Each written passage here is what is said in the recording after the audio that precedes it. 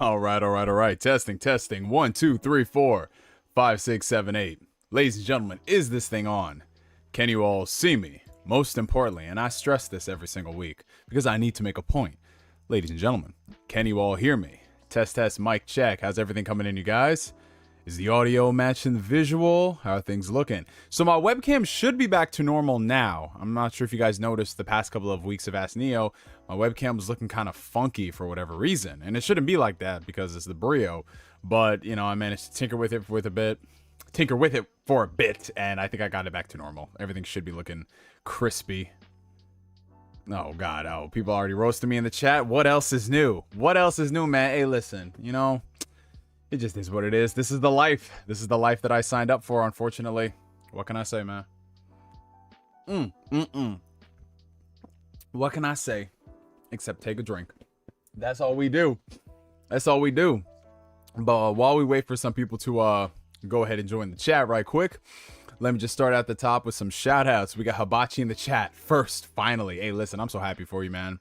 You know, it's not every day where you could be first in the chat because usually Flame comes in. And look, of course, there go Flame. There go Flame right there. Exactly.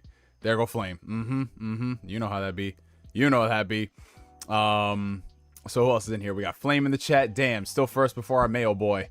We got Don Otaku. I'm ready to dock. Ready to dock? How you going to dock a ship? This ain't no Starfield, sir. I heard from some people on here on the interwebs that if a game is rated 84 on Metacritic, it can't possibly be a good game. Because, you know, that's where the bar is right now, you guys. If a game ain't 90 or above, it is unplayable. We got Pooh Bear in the chat. We got Ghost Fixter. What's up, gentlemen? We got Das. Sup, Neo. Did you hear that Death Battle is finally doing Alex Mercer from Prototype versus Cole McGrath Infamous, and it's coming out in 2 weeks? It's been highly requested for a while. Bro, that's some late 2000s, early 2010s type of shit. That, I don't know if you guys remember this, but there was this whole back and forth thing going on in the late 2000s between Prototype and Infamous, and somehow it became a PlayStation versus an Xbox thing, which made no sense considering Prototype was multiplat. So if you owned a PS3, you could play both games, but we all know Infamous was the better game. I mean, Prototype was kind of fun for, you know, a grand total of 5 minutes before you realize it's the same fucking shit. Sequel was a little better though. I wouldn't mind them coming out with like a new Prototype, man. It was edgy, and we need an edgy type of game. You know what I'm saying? Like, I wouldn't mind the boys getting a game, you know? We got J-Fam in the chat. What's going on, Jason? Hey, Pokemon DLC comes out tonight, and I'm super mildly looking forward to it. Ayo, listen. Provided y'all set your expectations right, and you come correct to these Pokemon games, then you should know what you're getting into. You know what I'm saying? Like, just accept that Pokemon games are games that are developed and released and put on store shelves, and y'all sleep easy at night. You know what I'm saying? Just don't expect that shit to be don't expect that shit to be remotely good. But listen, I am not going to sit here and dog on the Pokemon company, because you know what? You know what? Those games keep selling. And who am I to have critiques towards Pokemon when that shit sells a million more the next time around, man? Shout out to the Pokemon company. Shout out to Nintendo. Shout out to the poor Game Freak workers. Poor people. All right, who else we got in here? We got Rhino, Kingpin. What's going on, my brother? What's up? What's up? We got David Biglot in the chat. What's up, everyone? Hope everyone's having a good day. Damn, that shit was so loud. I heard it over here, bro. We got Marcus Doyle Terrell, my guy. How you doing? We got NKDN, Julian Phoenix. What's up, you guys? We got Dylan Collins. We got Long Live Kevin Samuels. Yes, sir. Did you beat Jedi Survivor? No, I was actually just playing it right now. I'm with Bode right at the moment. We went through the swamp section, and now we're going and infiltrating that one place. That's where I'm at the moment. We got Exploit. What's up, Exploit? We got RJ. Where them likes at, though? Yo, as a fact, y'all, I know it's early, but if you enjoying the stream, make sure y'all hit that like button. Helps out the channel tremendously. Who else is in here? We got Biff Rinaldi. What's up, my guy? How you doing? Let's see. We got Steve Kennedy. How's the game of the year, Neo? We talk about that Jedi Survivor being game of the year? What? I presume you're referring to Starfield. I got some impressions about Starfield. We're going to talk about that a little bit, as I'm sure most people here want to discuss Starfield. We got the homie J-Fam, who's been a member for the past 21 months of the Spirit Detective tier. I appreciate you, my brother. Drinking game. Every time Neo says, man, listen, take a shot. Oh, y'all ain't going to live to see tomorrow. That's all I can say, Jason. If you want to play Spider-Man 2, you better not take that bet. You better not take that bet, bro. Both you and Gabe won't live to see tomorrow.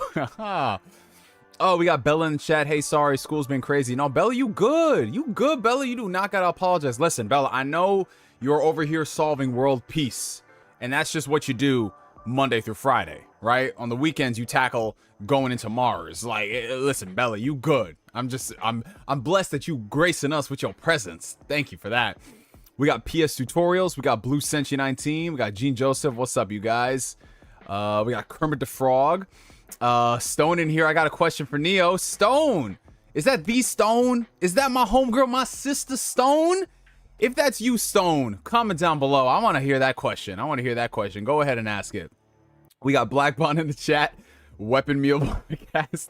Yo, this dude Bond. Yo, there's about to be a whole civil war in Weapon Wheel between the people that are in shape and the people that are not in shape. And this man Black Bond, oh man, he's been vicious, bro.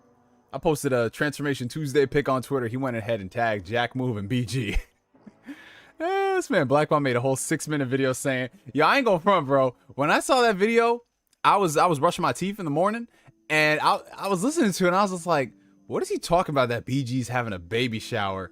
And then it clicked. I was like, oh, this motherfucker's talking about Smooth. That shit was funny, bro.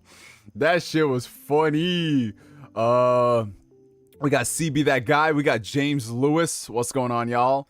We got a $2 super chat coming in from Don the Otaku. Bish, what? Prototype is better than Infamous 1. Man, can't you just go back to being a Nintendo fan? I don't like this weird Don Otaku that hating on every single Sony exclusive. This man Don Otaku over here shitting on Ghost of Tsushima. I seen your comments, bro. I seen your comments. We got DC Gaming, who's been a member for the past 14 months of the Phantom Weirdo tier. Wow, 14 months as a member. Time flies. Refrain from the mail tonight. You know what? Just for you, I won't do that tonight, my friend. Next week, no promises. No promises. You guys are happy. You guys better be lucky I don't do food videos, man. Or I go out and about and I find different food spots, because I'll always be asking if they got Chipotle mayo. Oh, I would be a menace. I'd be the next Spider-Man villain. I'd be the next Spider-Man villain for movies 4, 5, and 6. Let's go, man. Let's go. No, I'm gonna ruin all y'all evenings. Let's see. Who else here? We got Michael Block. Block? Is that how it is? Michael Block. How you doing, Michael? Hey, Neo, when are you gonna do more original videos like you used to do back in the days?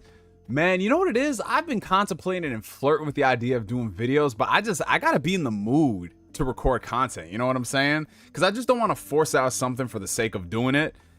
But here recently, man, I've been thinking about it, because there have been a lot of good games and a lot of good movies out. I might have to do that. I might have to just commit myself to it. I don't know, man. I might beat Jedi Survivor and do a whole hour-long discussion video with Gabe, because I've been talking about him back and forth. Who else is in here? Oh, we got DIMWITMONKEY, my guy. How you doing? How you doing? Stone, you gonna go ahead and ask your question, girl? I don't see your question. Where's your question, Stone? I might be blind. I mean, that's why I wear glasses. But Stone, I don't see your question, my sister. Don't blue ball me saying you want to ask a question and I don't get the question. Don't do that to me, Stone. Don't do that to me. I am not the one. We got Joshua Johnson in the chat. Oh, you've been playing a lot of games, bro. Oh, no. That's a comparison. I thought you were saying, like, yeah, I'm playing Mass Effect, Andromeda, Starfield, and Cyberpunk. I've been like, my man, slow it down a bit. But all right, that's what's up, bro. We got NG in the chat. We got Jahid the Chosen One. Have you played Baldur's Gate 3? Yeah, I played Baldur's Gate 3. I've only put a couple hours into it. Nothing too crazy, because like I said, Starfield is out, and I'm going through Jedi Survivor, finishing up Final Fantasy 16. But I think once I finish up Jedi Survivor and Final Fantasy 16, I'm gonna commit myself fully to that game, man. And then when I'm not playing that, I'll be playing Starfield, and then that'll hold me over until Spider-Man. Let's see, who else is in here? I want to make sure I didn't skip over anybody, because you know I'm not that type of person until I am that type of person. Until I am the one. I am the one. We got Jonathan Kasai in the chat. What's up, my guy? Boy, Bond, are you serious? He actually said he had a baby shower? So he lied to you, saying that he had a baby shower and there was actually a Weapon Wheel meetup?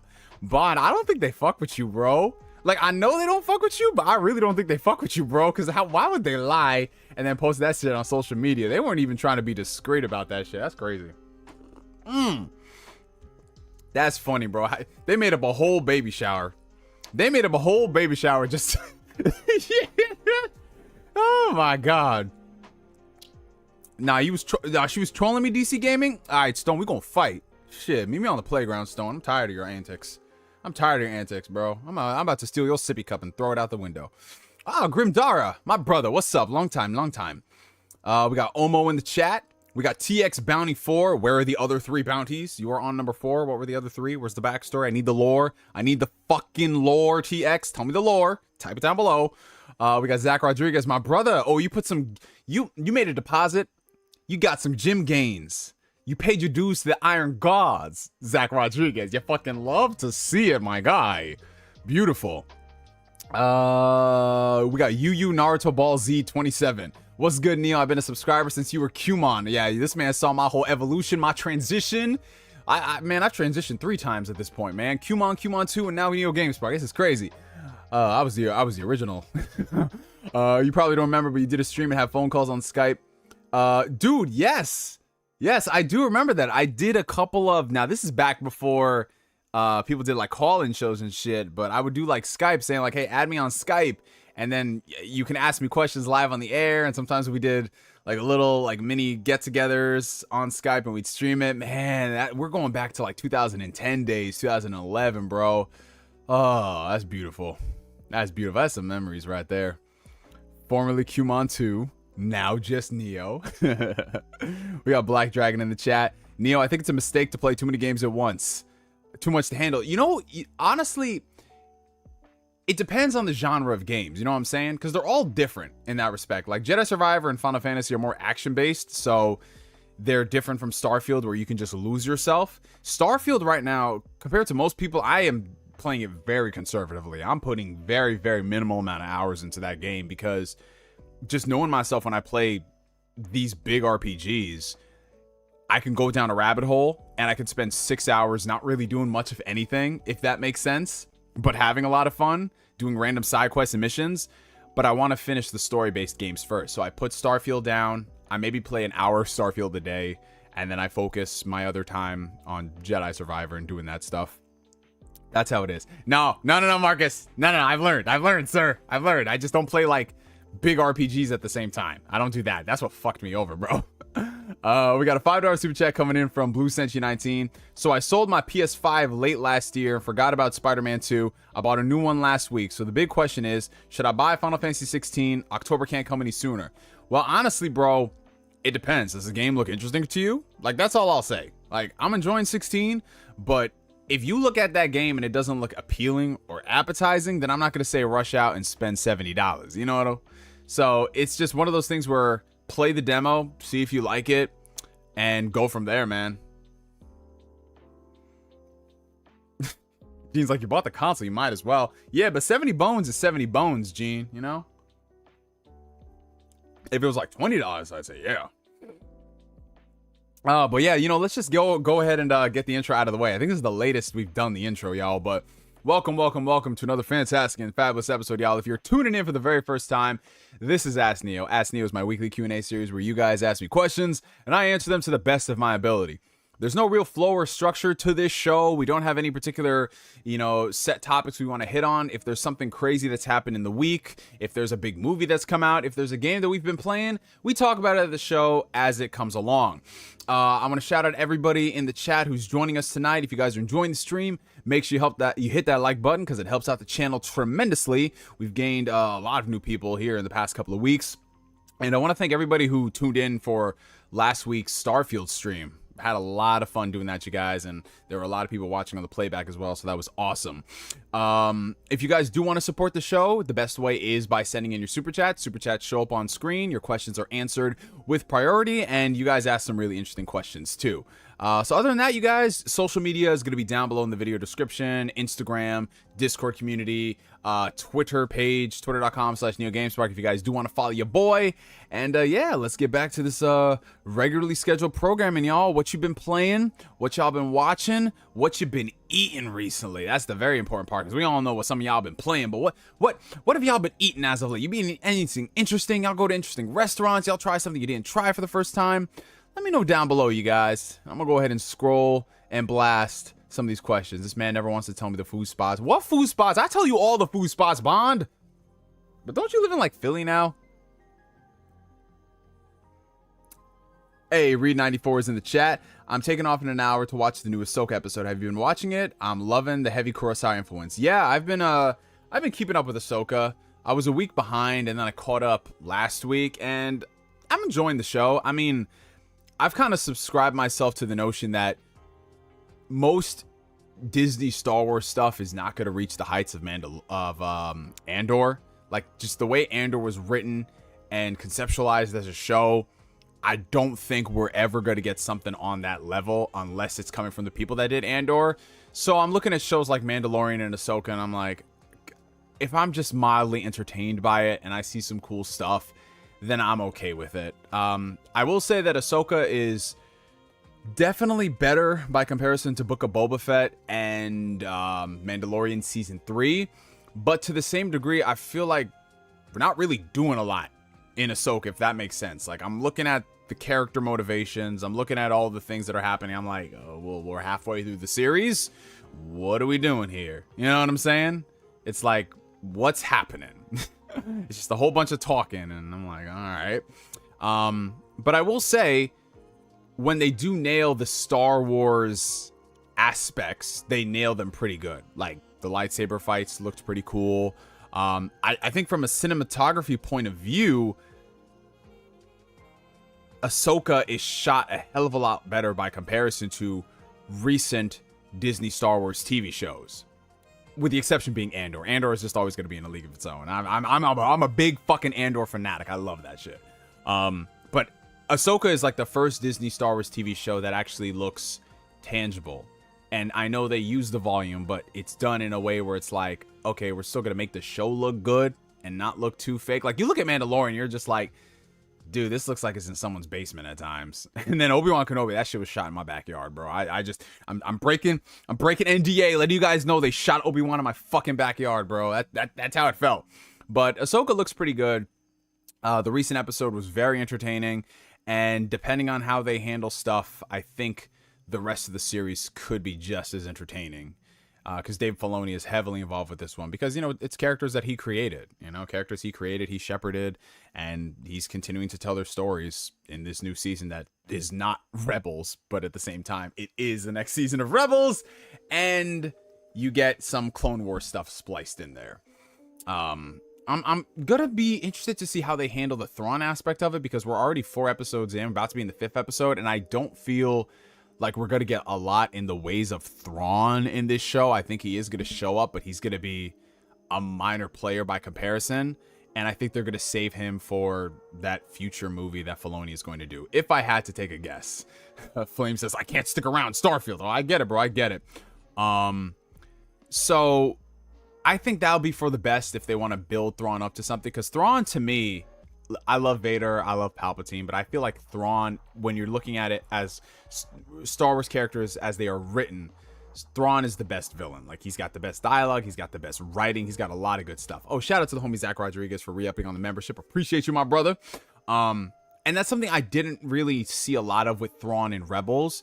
He had a couple of good scenes, but that Thrawn that we saw in Timothy Zahn's novels back in the 90s, we don't really see that here. It feels a little sanitized for obvious reasons, but if there's something I think they need to nail more than anything, they need to nail Thrawn. You don't put in all this effort to bring back the voice actor, to do all these things, and just have Thrawn be gimped. He was a big fucking deal. Like, the Thrawn trilogy back in the 90s was essentially Star Wars episodes 7, 8, and 9 of their era. They were so friggin' good. And one of my biggest fears is because this new interpretation of Thrawn, it doesn't feel like he's going up against anything that's even remotely a threat. Like, I'll be real, bro. Like, I look at Thrawn and he's gonna be interacting with the Rebels crew and the Mandoverse, and I'm just like, that's depressing. That's not anywhere remotely close to what I was expecting, you know? So it's kind of like one of those things where it's like, I want to be excited for Thrawn. I want to see how they handle him, but if they just fumble the fucking bag and he's as nerfed as he is in Rebels, I'm just always going to look back on this stuff like that's squandered potential. Because I love Thrawn, man. Thrawn is great. But we'll see. I mean, we'll see how they handle it. Like, Dave Filoni, like, he's delivered in a lot of ways, you know? And then there's some times where he hasn't. And it's, we'll see. We'll see. But, yeah, man. Andor is better written, but Ahsoka's more fun to watch. Well, I mean, that's the thing. I've heard people say that before, Black Dragon, like, Andor, not all Star Wars should be like Andor, and absolutely not. But I feel Andor proves that Star Wars can be bigger than what we have just gotten, which is just like the fun ragtag space adventures, which are cool. Don't get it twisted. But one of my complaints about Star Wars media in the past 10 years is that it feels like the universe has been shrinking a lot. It's always felt like it's just been keeping up with the Skywalkers and keeping up with the characters related to the Skywalkers. And as we've seen, it's all about introducing things that seem promising and then they tie them back to somehow with the Skywalker lore and legend. And I understand it for marketing purposes. I understand it because most people are going to know more about stuff as it relates to the Skywalker saga versus, hey, let's take a chance and a gamble on a new character in a new era. I understand that, but it's kind of sad because we're shrinking the universe in that respect. Which is why I have a lot of respect for Respawn, because Respawn took a great risk with the Jedi games, right? They introduced Cal Kestis, you know, he wasn't a Jedi, he was working towards being a Jedi, and then boom, Order 66 happened. and it's his adventures fighting the Empire, and you get it from a different lens. I mean, sure, you have interactions. I'm not going to spoil anything, but you have some interactions with things that happen in the Skywalker saga, but Cal's story is his own, and I love that. You know, I love Andor. I love that there's so much of the stuff that happens in Andor that doesn't involve a lightsaber. It doesn't involve the Force. Like, we need to see more of these stories in Star Wars. And if you are going to tell it within an era that we already know, like, the amount of fucking times they tell stories between 3 and 4 is getting annoying, then please do something different. Do something like let's have some fun with that, you know? But the problem is you get into a situation where something doesn't do as well, and then Lucasfilm and Disney are so reactionary. They're like, fuck it, we need to do something to bring the fans back in. And it's like, oh, okay. So it's one of those things where we'll see what happens, man. But yeah, I can see why you would say Ahsoka is more entertaining than Andor. Andor to me is just, I'll take a nice slow burn show, because listen, I loved watching Better Call Saul. I loved Breaking Bad. Those are very, well, Better Call Saul more so than Breaking Bad. Those are like more slow burn shows by comparison. And I just saw that in Star Wars Andor, and it just, every time it built up to those moments, it felt like it was earned. It was great, man. And it's nice to see a Star Wars property talk about politics in a way that's actually digestible and not just terribly written like George Lucas did in the prequels, you know? Like, Andor is interesting, talking about like how, you know, Mon Mothma was there and how she's going up against the Empire and all this stuff and how they navigate in this era. That stuff is really interesting. That dialogue is interesting. And then you compare it to what George Lucas wrote, and it's like, oh, you did not nail it, bro. It's like, I love, like, George Lucas. I always say this. George Lucas is like the Tetsuya Nomura of film creatives, where he has all these great ideas. He makes incredible lore, stuff that's really interesting and imaginative, but he needs someone to help channel that vision and rein it in like they did with the original trilogy. Right? Like, when he was left to his own devices with the prequels, it wasn't really until part 3 where you got a watchable movie from beginning to end. And even then, Revenge of the Sith still has some problems. But I love it. I think the rewatchability on that one is great. But let's see. I got a couple super chats, and let's see if you guys got some more questions. So we got a $4.99 super chat coming in from the homie Long Live Kevin Samuels. Appreciate it, my guy. Do you think they will use time travel to get rid of the sequels? No, they're not going to do that. I mean, regardless of what people think about the quality of those movies, they are here to stay. They aren't going to do some crazy, drastic... They're not going to pull a Fox X-Men Days of Future Past type of shit where that's not canon anymore, and at the same time it still is canon in the grand scheme of the multiverse. They're not going to do that. They're going to do what they can. They're going to flesh it out as much as possible, which is what they were doing. If you watched Mandalorian Season 3, you see that there's a lot of seedlings that they have planted that give rise to the First Order.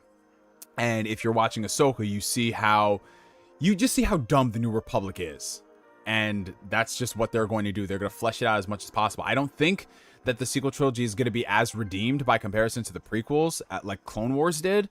But they're not going to find a way to retcon it. It's just, it's there to stay, unfortunately. And we just got to accept it. It's just like, yeah, so we just got a trilogy of really bad, amazing looking Star Wars movies. $5 from Julian Phoenix. The biggest problem with modern Star Wars is the MCU style of storytelling, and I'm sick of it. The MCU was a mistake. I wouldn't say the MCU was a mistake. I'd say companies are learning all the wrong lessons from the MCU. That's the problem. And as we've seen now, the MCU has gotten way too big.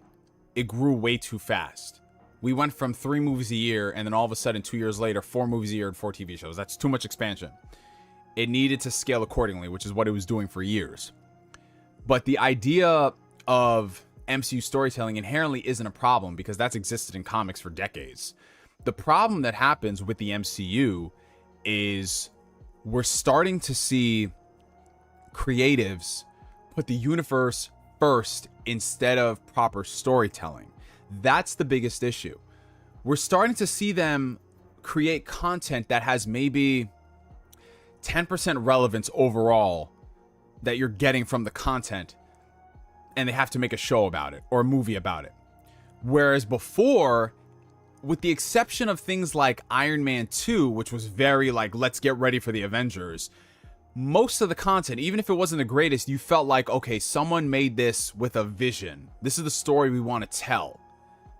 Now it doesn't feel like that. Now it just feels like people are just showing up and half-assing shit.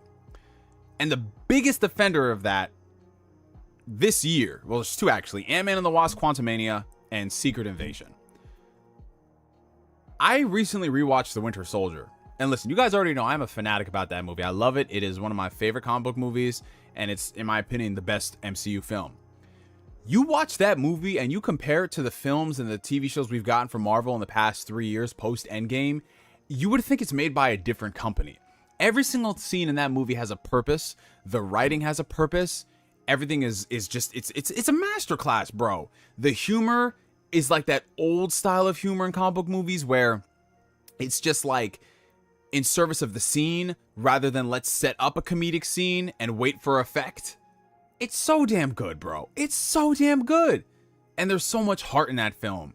And you look at all this stuff nowadays, and everything just feels like it's so sloppily put together by comparison. Now, there are exceptions. Like I said, I've enjoyed MCU content. I've enjoyed some of the stuff that's come out in recent years. I liked a lot of Spider-Man No Way Home. I liked a lot of Black Panther Wakanda Forever. I enjoyed a lot of the Sam Raimi isms in Doctor Strange and the Multiverse of Madness. I liked Shang-Chi. But there's a lot of other stuff here that literally just feels like you want to introduce this character or this plot line and you don't know how to craft a show around it. You're hiring D-level writers and talent and showrunners to make this stuff.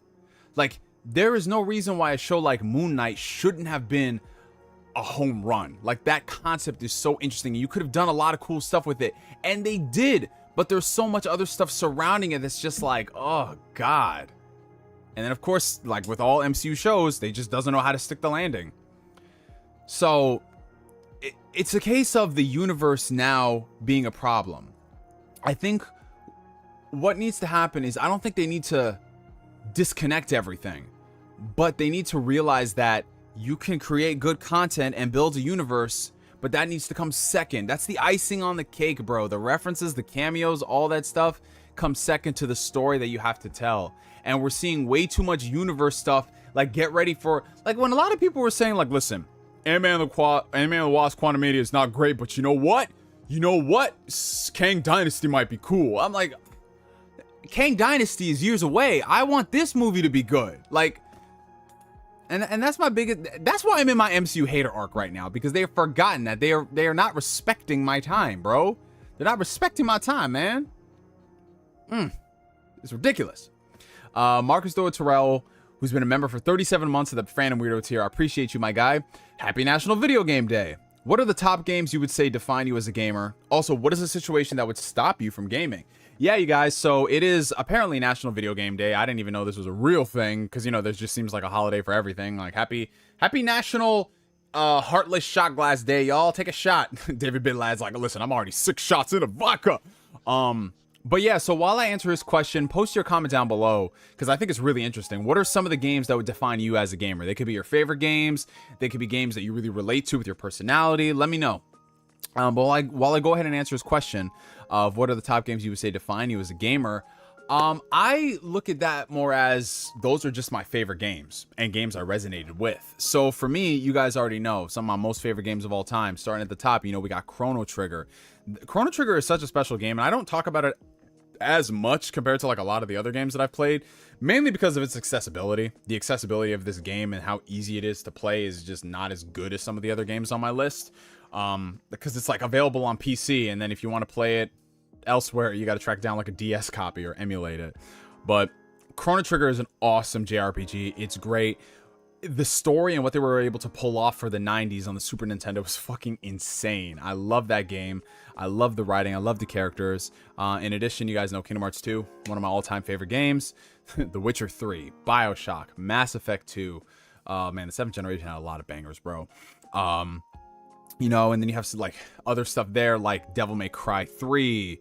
You know, there's so many games out there, and most of them are RPGs, if you guys have come to notice it, whether they're action RPGs, whether they're full-on, you know, like Western RPGs or JRPGs. I fucking love JRPGs because I can immerse myself in the world. But to the same degree, I don't go like as in depth as a lot of people do. Like, yeah, I'm gonna go crazy and customize my character and all this stuff. No.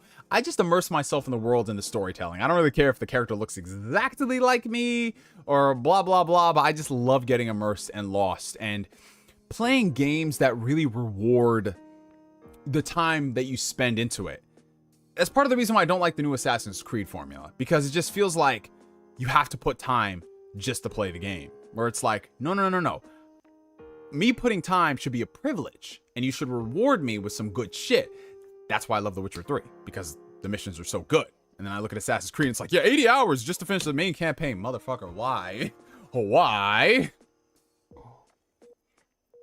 But to each their own. Some people might like that, and that's fine. But yeah, you know, those are just a couple of my favorite games. A situation that would stop me from gaming altogether. Well, the obvious one is they have to stop making the games that I like playing, which are RPGs. If everything went cloud, I would stop gaming, because it's not really feasible, and it won't be feasible for quite some time. Because I do like the idea of local native game ownership, whether it is a physical copy or it is a digital download that I can keep away from the internet. But yeah, definitely, like, those would be like two situations where I would stop gaming: if they just stop making the games I'd like playing, or if it just got to a point where everything is just cloud-based. I'm not a fan of that, because that's too much control for these companies. And as we're seeing right now in the streaming game, you could be subscribed to a streaming service, and then they can immediately without warning just pull all that content, which sucks. But yeah, that's probably it for me. $4.99 from Kory Gryffindor. It's your boy Kory. Do you think the Resident Evil 4 remake can be qualified as a new game for Game of the Year? Speaking of Kory Gryffindor, yo, did you guys know that Kory Gryffindor is actually related to... Oh man, I'm not gonna do this joke. But basically, Kory Gryffindor, he was on Instagram and he posted a photo of him and it was you and Jason Griffith, right? It was you and Jason Griffith, right? And I was just like, these fucking twins, man. Family unite. But you know, we've gotten that question asked before. Can games like RE4 remake and the Dead Space remake, however good, could they be nominated for Game of the Year? What do you guys think about that? Can remakes of games be nominated for Game of the Year that year? I think it honestly depends, because, like, let's be real. If somebody remade Chrono Trigger in 2023 and it looked completely different, because that's a Super Nintendo game on new consoles, is that not a new game? I would say yes. But as we get further removed from that era and we're in the 3D era, and we start seeing games that are still playable, like you can still play the Resident Evil 4 OG game on modern systems and it works just fine. You can still play the original Dead Space and it works just fine. Are these new games, should they be classified as new games, I should say? I mean, at the end of the day, I don't really look at the metrics of like what makes a game and what makes it nominated. I look at it as somebody's enjoyment. If somebody enjoyed the Resident Evil 4 remake more than any other game that they played this year, then I would say, yeah, include that in your Game of the Year rankings. I mean, who do you really have to explain it to? When you start getting to like the committee level of things, you know, like IGN and BAFTA and all that stuff, I'm sure you're going to have a lot of discussion about what is classified as a new game. But me, myself, and I, if, like, let's say, hypothetically speaking, they did come out with a remake for, let's just take a modern game, you know? Like, let's just say they did a full-on remake for Bloodborne, and it's a full fucking remake. And if I loved it that much more than any other games, then yeah, that's my Game of the Year, man. That's the way I look at things. Let's see. $5 coming in from Mask On, Mask Off. I took off work for Starfield and I ended up going back to work. Man, Todd promised a lot, but I'm disappointed. Oh man. Oh, that sucks, bro. But hey, you know, it is what it is, man. There's a lot of people who are enjoying Starfield. A lot of people who are lukewarm about Starfield. A lot of people who, you know, they realize that it's not a perfect game. I mean, me, myself, and I'm enjoying Starfield. I will say that it's definitely not the... I expected a little more in the sense that when you look at it and you look at the buzzwords and all the things that they promised, I expected a little more, especially from the first new Bethesda game in such a long time. Like, to me, Starfield is great and I'm enjoying it, but there's some aspects that just take me out of the experience, you know? There's some aspects that we're still doing in 2023 that take you out. Like, the world is not seamless, you know? There's a load screen here, there's a load screen there. You know, I mean, I know they talked about this a long time ago, but I would have loved being able to just take off from your ship anywhere and go to different planets and explore and all that. Like, I think that's really cool, you know? Especially with a game that's billed as all about exploration and there's no vehicles to explore the place. I understand some people are saying, well, that will defeat the purpose of it. But to me, exploration is exploration. That's not to say that the game is bad, because it isn't bad. I think the people who are rating Starfield, you know, really low scores, very strange. But do I understand why some people would be disappointed? Absolutely, especially if they've played a lot of Bethesda games. Like, I wouldn't recommend Starfield to someone who isn't familiar with a lot of Bethesda stuff. And if you know what you're getting into a Bethesda game, this is just that, but better. And there's a lot of cool new shit that they do in the game. But, you know, it's got some give and take, like there are with a lot of other games in this genre. Thankfully, I haven't run into a lot of crazy game-breaking bugs and glitches like a lot of people have, apparently. My game has only crashed one time, and then other than that, it's just been derpy NPC interactions. That's been the weirdest thing for me. But it's cool, man. I mean, gunplay is better than Fallout 4, which is a plus. You know, the dialogue and the voice acting is great. I don't know why a lot of people are saying it's bad. It's like you see the weirdest takes from things which make no sense. But yeah, no, it's cool. There's a lot of the stuff about Starfield, when it works and when it hits fucking hard, bro. Like, there's some missions and stuff that you go down a rabbit hole and you're like, what the fuck did I walk into? And it's really cool when you go through those experiences, because you don't really see that stuff in a lot of RPGs. Everything is just so formulaic, like go to the fishing hole here and fish here and bring the fish back to this person. But Starfield, like I said, it's got that Bethesda charm to it with those missions. And I love that. That's why I want to keep playing it. But I totally get the criticisms and the critiques from it. $5 from DIMWITMONKEY. I've been playing Starfield for hours and I haven't gotten any alien Uzi. What gives? Hey, man, listen, you got to get your Riz high enough, bro. Those alien chicks don't just give it up for anybody, my friend. You got to get the Riz up, bro. Come on now. Come on now.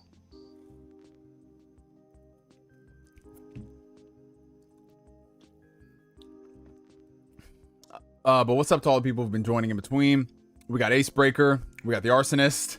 Oh, God. We got fucking Acebreaker already on the shit. We got John the Don, my guy. How's everybody doing? If y'all enjoying the stream, make sure you hit that like button. Helps out the channel tremendously.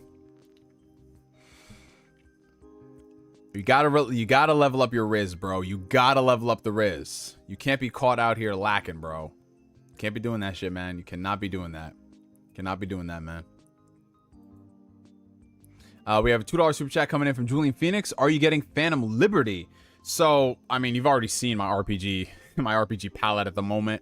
I won't be getting Phantom Liberty at launch because I'm already going through Starfield and I'm going to be continuing Baldur's Gate 3 and Spider-Man 2 is literally in a few weeks. So for me, it's not in the cards. And after I play big RPGs, I like to take a break for a while. Baldur's Gate and Starfield are very different kind of RPGs, so that's why I think I can play them back to back. But if it's something like I'm going from Starfield and then into Cyberpunk, it's just I can't do that. I mean, I did have a Cyberpunk playthrough going earlier in the year. I got like I think 20 hours in, and it was cool. But I just looked at all the new updates that they're putting in for Phantom Liberty, and I'm just like, I might as well just restart the fucking game. But I will get to it at some point, sometime in 2024. But it's great that finally Cyberpunk is going to be released. Finally. It took them 3 years of beta testing, but we're getting the real Cyberpunk 2077 in 2023.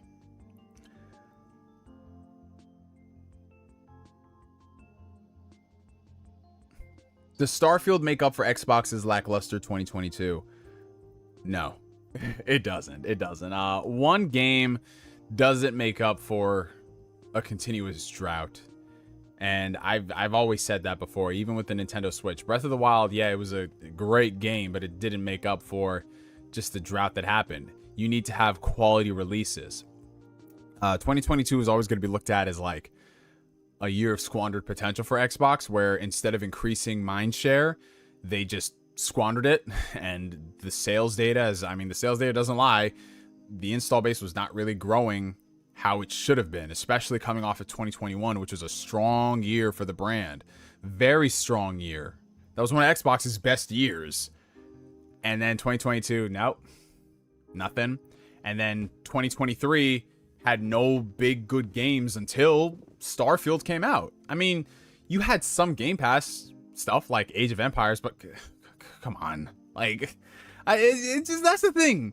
I'm not trying to knock games like Age of Empires or whatever, but come on. That's like saying fucking Yoshi's Woolly World is in the same category as fucking Mario Odyssey or Breath of the Wild. Like, can we just stop doing that? Let's be honest for a second.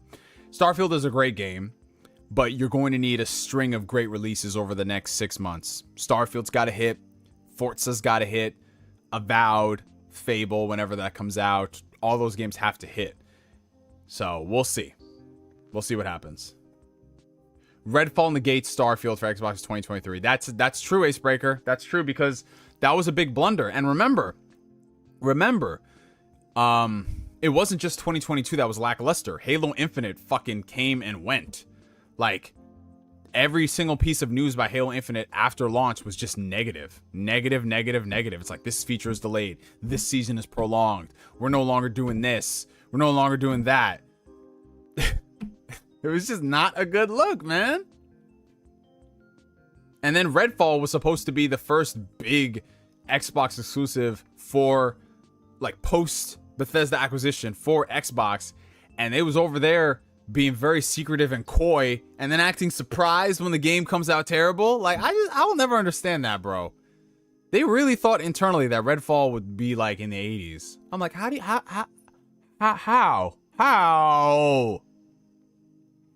I just don't understand that, bro.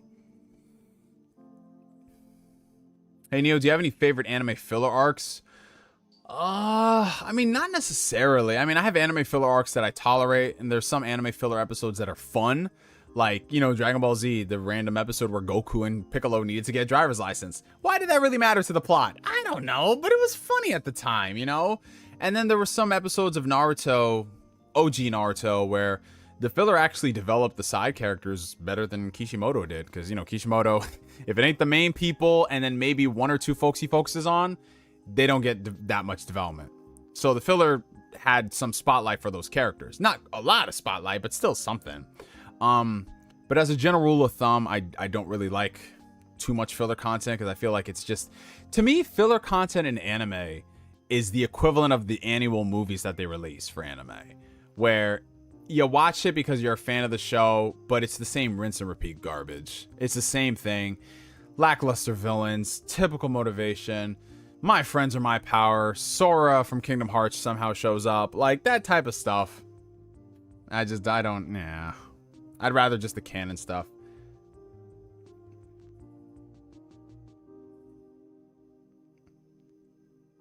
What are your thoughts on the iPhone 15 Pro? I think it looks pretty dope, man. I mean, for those who didn't know, Apple held an event today announcing the new iPhones, and they look pretty damn good, man. This is the first iPhone. Well, going forward, all Apple products are going to be using USB Type-C, which is like fucking finally Apple. All it took was the European, the EU bullying Apple into making USB Type-C a standard. So now it's going to be all USB Type-C. It's not going to be as fast, though, as like the regular USB Type-C you have in other devices. But, you know, it's Apple being forced to catch up. But I think it looks really solid. I thought there'd be a major price increase with the phones just because Apple does these things. But there hasn't been. The specs look really nice. It's going to be able to run... It's just the weirdest thing. They're going to be able to run native games on the phone. And I'm not talking about just like random mobile stuff. I'm talking things like Resident Evil 4 Remake, Resident Evil Village, and Death Stranding. Assassin's Creed Mirage, you can natively play on an iPhone 15. I think it's only the Pro, right? Either way, that's insane. Just to think about that you can have those games running natively. I don't know what this means for Apple in the future. Does this mean that they're going to be getting heavily invested in gaming? Who's to say what'll happen? Stranger things have happened, but gaming is a very lucrative business, especially when you strip away the mobile side of things, what they have going on in consoles and the core audience and things like that. To a company like Apple, who's always looking to expand, that could be their next foray. I don't know if they come out with their own console, but getting those native ports onto their phones, and if they could somehow make it seamless, I ain't going front. Listen, I'm not going front. If we see how those games run on the phones and they run decent enough, I would not mind playing some of those games on my phone, because those are console quality games. It's like no different than having a Switch or a Steam Deck. All you have to do is have like a Bluetooth controller. If you have like a backbone or something, just put that on. Now, the only thing that kind of bugs me is, because it's part of the Apple ecosystem, I don't think that it would do anything the ways of like cloud saving between the individual games, because that would be sick. If like, let's say for example, I'm playing Baldur's Gate 3 on my PC and I could cloud save to the iPhone version and just pick up exactly where I left off. Like, for a lot of people, that eliminates having a dedicated gaming handheld, because if you could get more or less the same experience on a phone and it's native, it's not streaming, it's not dumbed down, that would be crazy. It honestly would. And I think that we're getting to that point in the next couple of years where we could get native ports of some of those games, and if they aren't stripped down and they're playable enough, that would be insane. And listen, I'd be here for that. I would definitely be here for that, because it's not an iPhone specific version. It's legitimately that game. And if it runs well enough, like, fuck yeah, dude. Fuck yeah. The iPhone 15 is more powerful than the Switch. I mean, well, duh. I mean, the Switch is, I mean, like, I don't like to get into that discussion of comparing, like, phones to gaming handhelds and stuff, because gaming handhelds are set pieces of hardware from years ago. Like, almost, the Switch hardware is like, what, almost 10 years old? Like, of course the new iPhone is going to be exponentially better than that. And the new iPhone costs like 6 times, like 4 to 5 times the amount of a Switch. So, yeah, of course. But either way, I would still get a new Switch, and I would still get a new Steam Deck or whatever, because I like the idea of having that ecosystem in my life. I like the idea of having Nintendo's first-party exclusives that are only playable on there, and then having my entire Steam library wherever I go. Like, that's, to me, that was the biggest reason why I love my Steam Deck, because I really didn't have to buy any new games. Like, every time you enter a new ecosystem, you have to buy new games. With the Steam Deck, it's like, oh, your entire Steam library? Well, if it's deck playable, here you go. Like, that's a cool thing. We have a $5 super chat coming in from Levin Loriano. Hey, Neo, have you got a Steam Deck yet? It's funny, I was just talking about that. Have you got a Steam Deck yet? And what's your opinion on the PC handle that's coming out now? Well, look at this, on topic. You're a mind reader, Levin. Yeah, so I've actually had a Steam Deck since July of last year. I got it around the time of my birthday. I pre-ordered it back in 2021, and I fucking love that thing. I love the Steam Deck, bro. I love what the Switch has done. It's kind of reinvigorated the PC handheld space, to the point where we have things like the Steam Deck that people are taking seriously, and we're seeing all these other companies come out with their own dedicated PC handhelds. I, for one, love that shit, because one of the things about PC gaming is that, one of the benefits about PC gaming is that it has the biggest library by comparison to all the platforms. And it usually gets 99% of the games that aren't exclusive. So in that respect, being able to play all those games on a handheld, like, dude, the Steam Deck, I don't really play new games on it. Every now and then I'll play something like a Baldur's Gate 3 or whatever, and I'll mess around with some of the settings on newer stuff.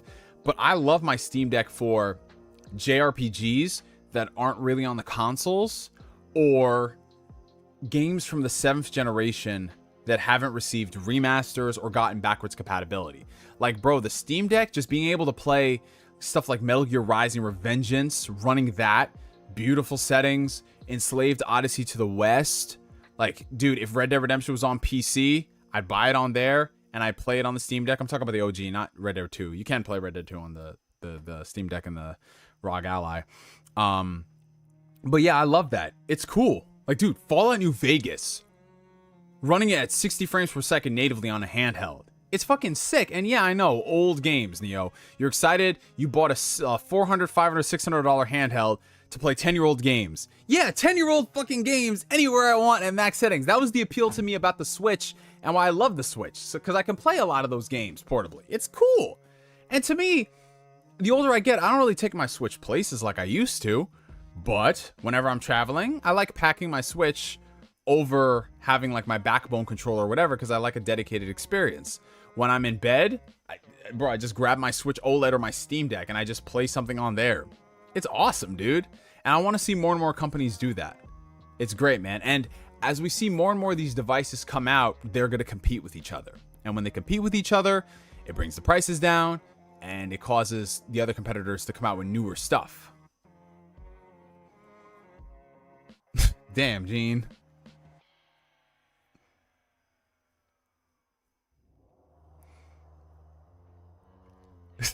Yeah, dude, Donald talking, that's what I'm talking about. Someone's like, yeah, you know, I can play Assassin's Creed Mirage on my $1,200 iPhone.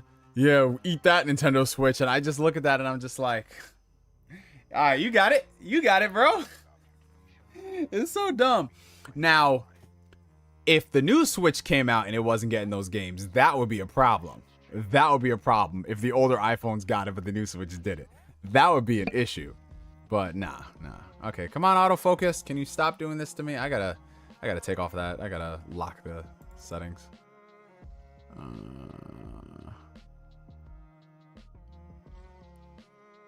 Nah, I'll change it after the stream. Oh boy. But yeah, I'm gonna scroll through the comments. Neo, any chance Nintendo's next system will not be a handheld? If it's going to be powerful, I just don't see it being a handheld, especially with the battery. Honestly, Black Dragon, I think Nintendo has kind of cornered themselves into making a device that has to be a handheld. Because, like, let's be real. If Nintendo made a set-top box console, they could not compete with PlayStation or Microsoft. I'm sorry. They can't. Because just they're so far behind in every single respect when it comes to that. They are so far behind in their internet infrastructure. They're so far behind in basic features. They're so far behind in a lot of those things that people gave them a pass on with the Nintendo Switch because it was a portable device. And, I mean, let's be real about life for a second. The appeal of the Switch.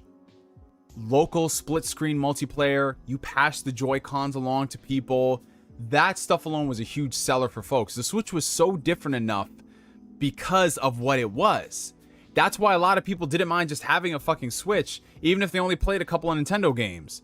Because it was that device, and it was kind of cool where it's just like, all right, I can play it on the TV and play it on the handheld, and every now and then you'll get a game that you want to buy on the Switch just to have it portably. Like, dude, when Sea of Stars, when they released the physical version of that, I'm buying that on the Switch. You know what I'm saying? Like, there's just some things that I just want to own on the Switch because it's a fucking cartridge.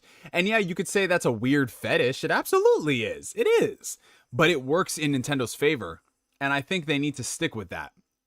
Because the Wii U was a prime example of what happens when, first off, you don't have a powerful system. You're far behind the times with that. You don't have a great internet infrastructure, and everything is just too weird and quirky. The weird and quirky stuff worked with the Switch because it was very simple in what it was trying to do. And I think they just need to expand on that with the next console. But what I want Nintendo to do is I think they need to spend the extra money, maybe take a loss, beef up the hardware.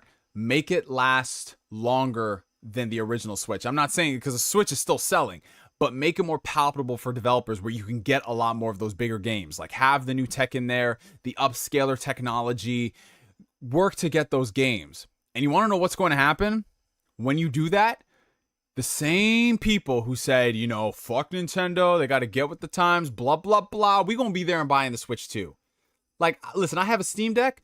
My dumbass is still gonna be there and buy a Switch too if it can upscale all the older games in my library and make them run better, even if I have to pay a small fee for proper backwards compatibility. Like, okay, sure, bro. But I don't think they could achieve that if it's a set-top box. It's got to be a handheld again. And look what's happening with like the Steam Deck and the ROG Ally and all these other competitors. they're putting a lot of powerful stuff in the systems. Now, the Switch itself, I don't think it's going to be as powerful as those devices, and it's going to be a closed-off ecosystem, so they have to make sure the battery is comparable. Because the ROG Ally, if you run the games at like max settings or whatever, you're getting like 2 hours of battery life. Because that's what happens when you have a handheld. You know, something has to give or take. Either you get great performance and shitty battery, or you get great battery and performance. The Switch will strike like a happy medium.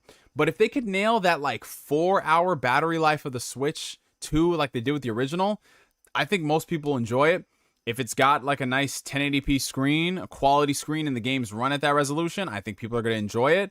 And if, you know, your entire library is backwards compatible and they can benefit from the newer hardware, that's a done deal. That's all it's going to take from some people, man. That's all it's really going to take. And when you start seeing some of those older games come out on the Switch again, listen, it's like we all said with the Switch. Who the fuck is going to buy all of these older ports on the Switch for the same price and blah, blah, blah? People do.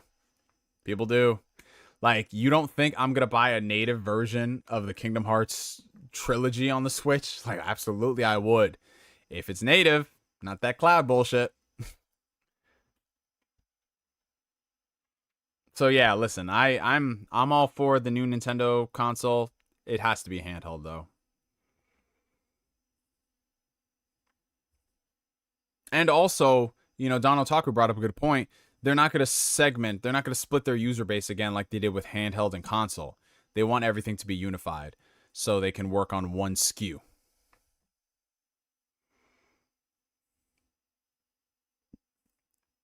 And I'm gonna be real. If the next Nintendo console is a stationary console, I'm not really gonna fuck with it like that, you know? Because listen, it's a stationary console, lacking in features, and I'm only playing Nintendo games. Give me Nintendo games with some razzle dazzle to it. Let me take that shit places. Let me play Mario Kart at work wherever I want, bro. Like, that was one of the things at one of my other jobs, bro. Dude, the amount of people there who play 2K and FIFA religiously and also had a Switch, and then when they found out they can play FIFA on that shit, bro, and there was like dog shit versions of FIFA and 2K, but they still played it. Are you telling me if they can't get like a proper native version? Like, bro, oh my god, like BG said, the Negro Casual Committee is gonna show up crazy for that stuff.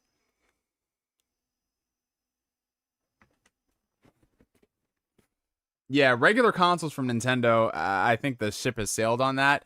I want the quirky consoles, but they got to rehaul that infrastructure, man. Because you know when they come out with that new system, they're still going to charge money for the online. They're probably going to charge more. They're probably going to increase their prices. But they got to make sure that thing is comparable. I need servers that aren't from 1998, Nintendo. Give me that, please. Steam Deck 2 versus Switch 2. They're completely different audiences, though. Steam, you know what the funny thing is about the Steam Deck? The way we talk about it, you would think the Steam Deck has sold like 10 million units. I don't even think the Steam Deck is at 5 million units. Correct me if I'm wrong, but I feel like the Steam Deck is only at a couple million units, if that. Which is not bad for a device that isn't sold in big box, big mortar, like big like retail stores. You know what I'm saying? Brick and mortar retail stores.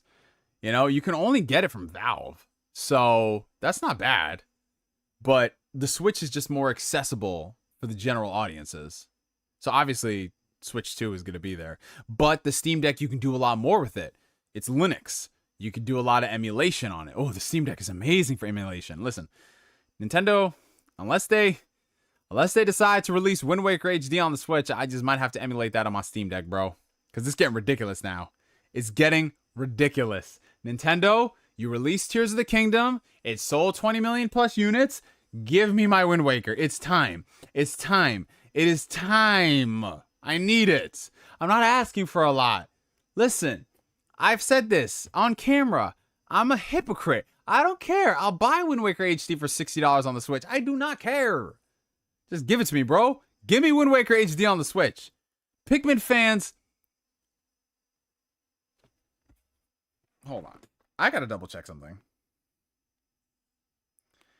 I just want to know when I'm getting my Pikmin 1 and 2.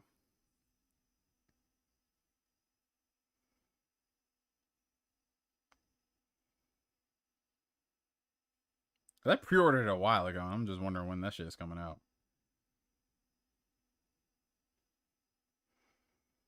1 second, you guys.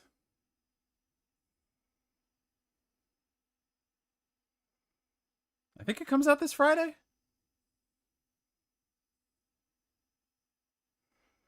I don't really play Monster Hunter like I used to on like on the PSP and the Wii. Oh, Pikmin comes out next week.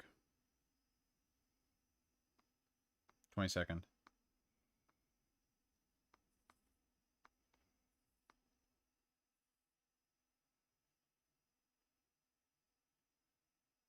Wait, what the fuck?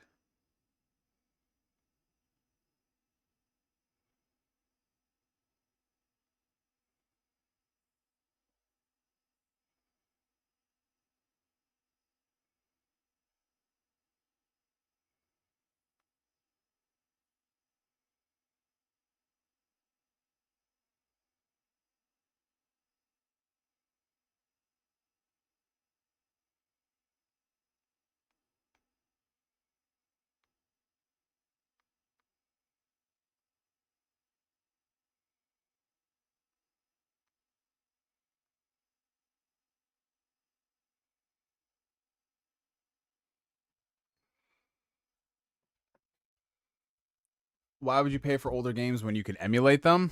I mean, honestly, I just like having a native physical version of it. You know what I'm saying? That's just me.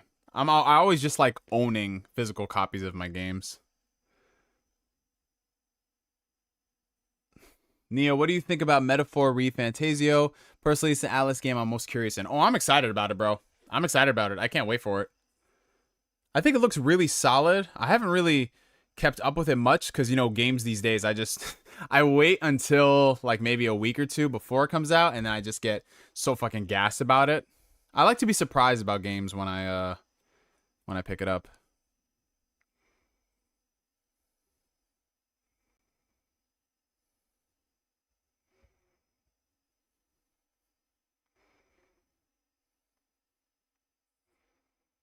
What in the world?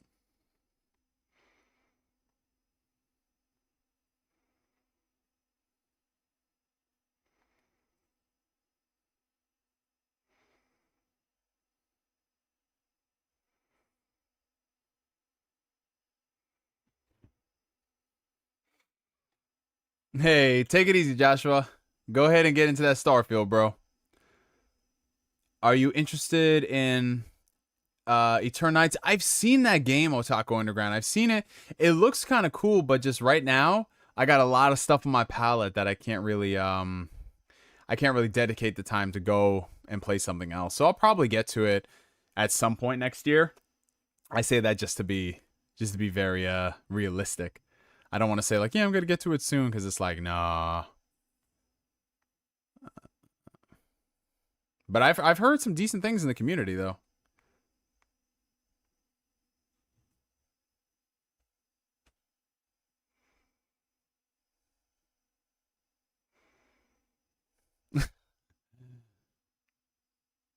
I wouldn't say The Witcher 3 runs amazing on the Switch. I say it's a miracle that they got it to run on the Switch. And I played it. I put like 50 hours into the Switch version. But then when you play the Steam Deck version, it's like, yeah, I can't go back. I cannot go back.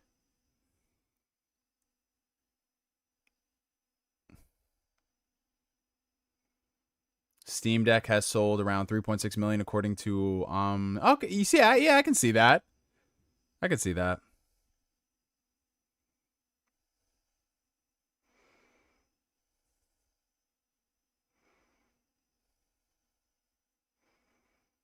Hold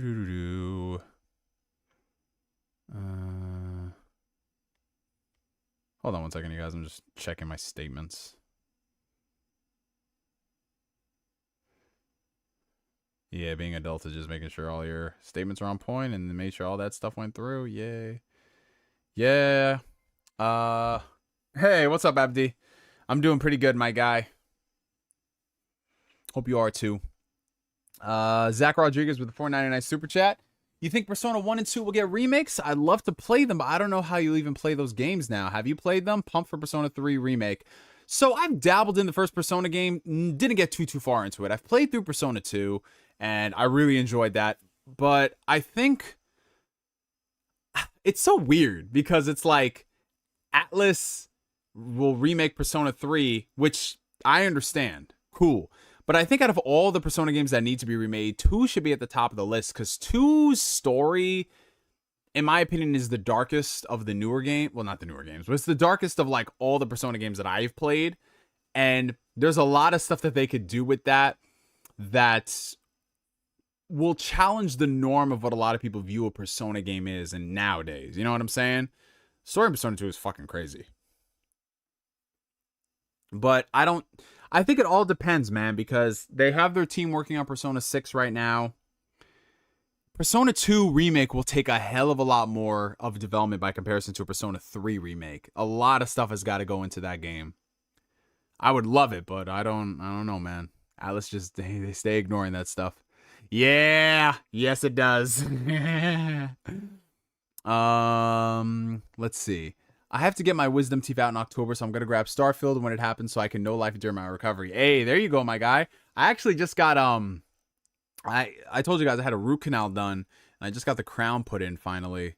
So that's good. Kids, listen, take it from your boy Neo. Take it from your boy Neo. Do not neglect your dental health. Go to the dentist at least once a year. Get your routine checkup. Get your cleaning done. And take care of your teeth. If you see any signs of a cavity forming, take care of that shit, bro. Because your boy Neo neglected it for a while. I ended up having a root canal. And then once I got that done, I was like, nope. I'm getting all my cavities filled in that need to be filled in. I'm doing my dental cleaning twice a year. And shit is A-okay, bro. It is awesome. But yeah, definitely take care of that, guys. What games you got to cop in the foreseeable future? Well, the only game I can see myself really buying in the next couple of weeks is going to be Spider-Man 2. And then from there, everything else I think I'm going to wait on because I have to get through so much other stuff I'm playing right now before I think about buying other stuff. I mean, I do want to play the Super Mario RPG remake. I want to play Mario Wonder. But like I said, I just need to get through other stuff before I touch those. And the thing about Nintendo games is that they never drop down in price, so it doesn't really matter if you buy them day one or you buy them like 6 months, 6 years down the road. Most amount of discount you'll get. If it's a good Nintendo game, you'll get $15 off. If it's a bad Nintendo game, you'll get $30 off. Yeah, that whole Unity engine situation is fucking insane, bro.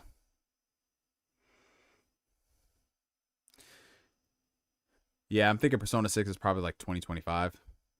Because if they release Metaphor Fantasia next year, I'm thinking Persona is going to be... Just because if they want like a big Atlus game, like a huge one, 2025. If it's 2026, I'd be like, damn, that's 10 years from Persona 5, bro. Do you think Persona 6 should stick to turn-based combat or should they go the Final Fantasy route? I want them to stick to turn-based combat. I want them to stick to turn-based combat, if only because Persona has their spin-offs that are action games. They have their Musou games. And the thing about Persona is that I feel like the benefits translate more to turn-based stuff. Like when you do the social leaks and then confidants, the stuff you get from that, I feel like it translates better to turn-based combat versus action RPG combat. Do you think it'll be next-gen only? Oh, that's a good question, Kory. Ugh, I hope it's next-gen only. I really do. And I mean, but then again, Kory, I mean, you know this. You play a lot of Japanese RPGs. Outside of like Final Fantasy, a lot of them don't really push the limits of the hardware. So you look at Persona 5, and Persona 5 is just a PS3 game that released 10 years after the system came out. So I wouldn't be surprised if we do get a Persona game that is on the PS4 and the PS5 and the new Xbox consoles in 2026. That would be crazy to think about because that means that there's a new Persona game coming out 13 years after the PS4 launched. That's insane. But if I wanted to be realistic, I would say the Persona 3 remake, that is cross-gen, obviously, because it's the same engine, all that shit. But Persona 6 will be current gen. Because at that point, like 2026, bro, come on now. I mean, come on now. I mean, but when you think about it, Atlus hasn't come out with an RPG that's really even pushed the limits of the PS4. When you think about it. That's just... I'm just thinking about it now. 2026 Persona 6 and it's on the PS4. That old dusty tired machine, bro. Bro, I remember I booted up because I keep my PS4 downstairs just in case my sister wants to watch a Blu-ray or something. And then I turn it on and I'm just like, damn, we used to game like this, bro. We used to game like this. The UI was slow and everything, man. I mean, it's still playable for some of those games, but golly, bro. It might blow up the PS4. Well, to be fair, if Call of Duty and God of War didn't blow up the PS4, I don't think a Persona game would. No, I haven't done the Mantis quest yet, Jahid. My Xbox One is a cable box now.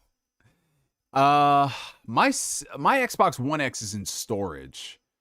I put it in storage because, you know, I was gonna just like I was gonna put it downstairs and just use it as like an HBO Max box or whatever. But I have smart TVs all over the house, so to me, it's like, why would I need the One X there?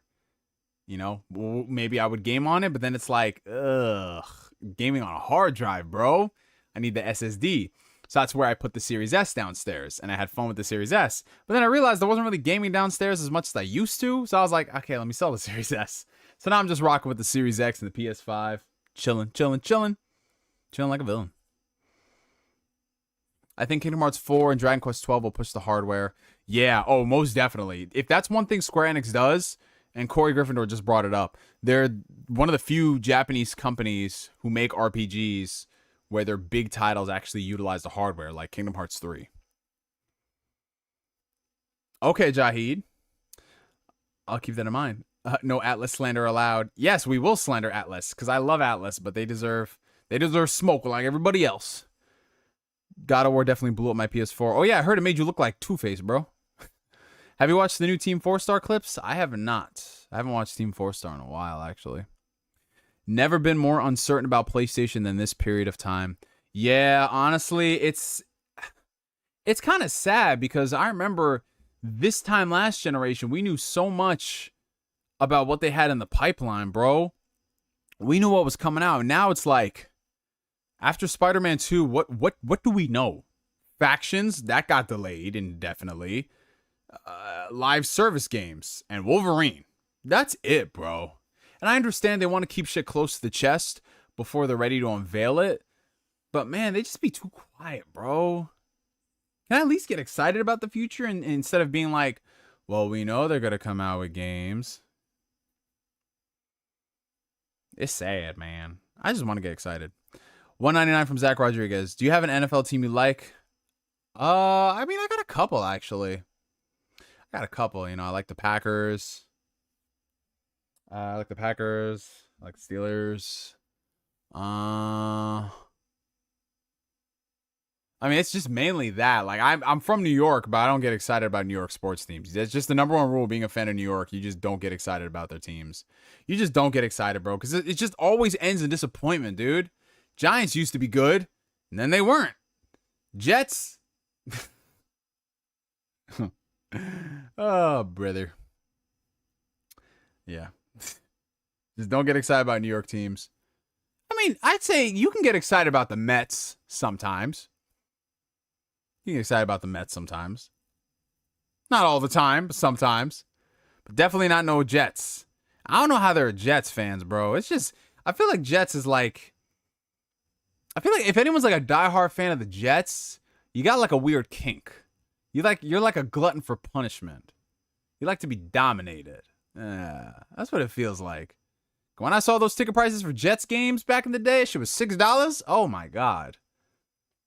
I always wondered, because like when I don't go to as many games as I used to, but like I would always wonder, like whenever I go to a Jets game, I'm like, why is everybody getting ridiculously drunk before the game even starts? And I always thought that was just football etiquette. And then I was like, oh no, they're Jets fans. That's why. Okay. Because if they're sober when they go through this loss, it's just not a good look. The Last of Us Part 1, Part 2, 8K remaster. Oh, God, yes. I'm ready for The Last of Us Part 1 remastered. Let's go. Get the 120 FPS. Any plans for you and your girlfriend's 1-year anniversary in a few months? I don't know. We'll see what happens. This whole gen has been whack up until this year, but PlayStation future looks spooky compared to Xbox. Well, the thing about that, Don Otaku, is that Xbox spent the better part of 3 years telling us the same shit. You know what I'm saying? Like, they announced all those games at the beginning of the generation, and it's like, we're still waiting for them. Half a generation. But now that we're getting closer and closer to when they could feasibly come out, it gets exciting. Whereas PlayStation has just been very quiet. It's like, the only next-gen games that they released were at the beginning of the generation with Returnal, Ratchet and Clank, and even then you see that they really didn't need the full power of the PS5 to run those games. I mean, sure, they run better, but, I mean, realistically, a version of Returnal could have run... Returnal runs on the Steam Deck. You know what I'm saying? It's just like, now it's like, can we see other shit, bro? And it's like, nah. But here's a rumored Horizon MMO and a Horizon Zero Dawn remaster. I'm like, I don't understand the fixation with Horizon, bro. I like Horizon. I think it's aight. But this weird fixation, this weird fucking fixation with Aloy, it bothers me. Because I've been looking at it. People say, like, yo, Aloy is one of my favorite game characters. I'm like, why? You know what I'm saying? Like, why? Now, Returnal was cool. No. Returnal was cool. The gameplay in Returnal was really good. When it wasn't crashing for me. $4.99 for Kevin Samuels. You've been kidnapped by Phineas and Ferb, but they will let you go if you play Gollum or Redfall for 12 hours. Which one are you choosing? I would play Redfall. I play Redfall because I can play co-op on that. And I can play with my boys. And we can just sit here and just bask in the mid. I would definitely play Redfall over Gollum, bro. Oh, no. Man, I better get that Jet Set Radio announcement at TGS. No, you know what you about to get? You gonna get a mobile phone version. Get hyped. Please understand. Yeah, that's the thing about Xbox. Like, I've always said this since 2020. If all those games they got coming to Game Pass hit, and they release them like one big game every 3 to 4 months, that's a lot of value. A lot of value. If a game comes out and it's quality, dude, that's insane. And when PlayStation has got the 10 live service games in development, like, listen, not all those games are going to hit, and that's fine. It's just the nature of the business, but still, it's like, where, like, I need my Ghost of Tsushima sequel. That's what I need, bro.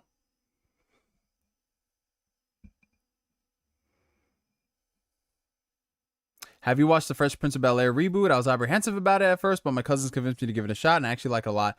I saw a little bit of it, and it wasn't my cup of tea, so I stopped watching and I just moved on to different shows. I'm that type of person. Like, I'll give something a shot, but if it ain't hitting for me, I'm like, I'll move on. And then I'll just stop talking about it, you know? What genre are Yakuza Judgment? I mean, I would classify them as action games, beat 'em up games with light RPG elements, because you can level up your character and do all those things like an RPG, but it's not an RPG in the sense that it's a Witcher or a Dragon Quest or whatever. So I would say they're more like beat 'em up games with RPG elements and a very, very cinematic story. Man, I cannot wait for the next Judgment game whenever that comes out. Any PlayStation exclusives you would like to bring back? Yes, absolutely. There's a lot. So off the top of my head, I would love Sly Cooper to come back. I know, like, a lot of these games I'm mentioning, people will be like, nigga, like, what? Why? You know, but I think that's PlayStation needs that diversity back in there. A great platformer like Sly Cooper would be pretty cool. I mean, there's the obvious ones like SOCOM, like a tactical game. Like, that would be pretty cool. I like Parappa the Rapper. Like, the thing is, like, you can bring these games back, but just scale them accordingly. Like, they don't got to be crazy, big budget games. Like, it could be like small $20 games. Like Parappa the Rapper, bro. Like, just have fun with that shit, man. Yeah, Like a Dragon is definitely a JRPG. If we're talking mainline Yakuza games, those are more like beat 'em up games with RPG elements. Bro, I just realized I've been subscribed to you for like 15 years. Ain't it weird? Time be flying, my brother. Shout out to you, my guy. Thank you. Infamous. Honestly, nah. I wouldn't bring back Infamous, to be fair. Even though I like it, I just feel like I like Ghost a lot more. I felt like they did so much better stuff with Ghost than they did Infamous. The story of Ghost of Tsushima is awesome. See, I would say Gravity Rush down Otaku, but niggas don't buy Gravity Rush. Niggas don't buy Gravity Rush, bro. We saw all this capping online, though. That's the thing I don't understand, man. All the people were capping for Gravity Rush, and I was just like...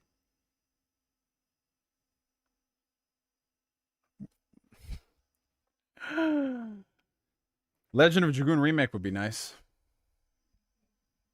Kingdom Hearts 4 on iPhone 15. That'd be fire. Fire, fire.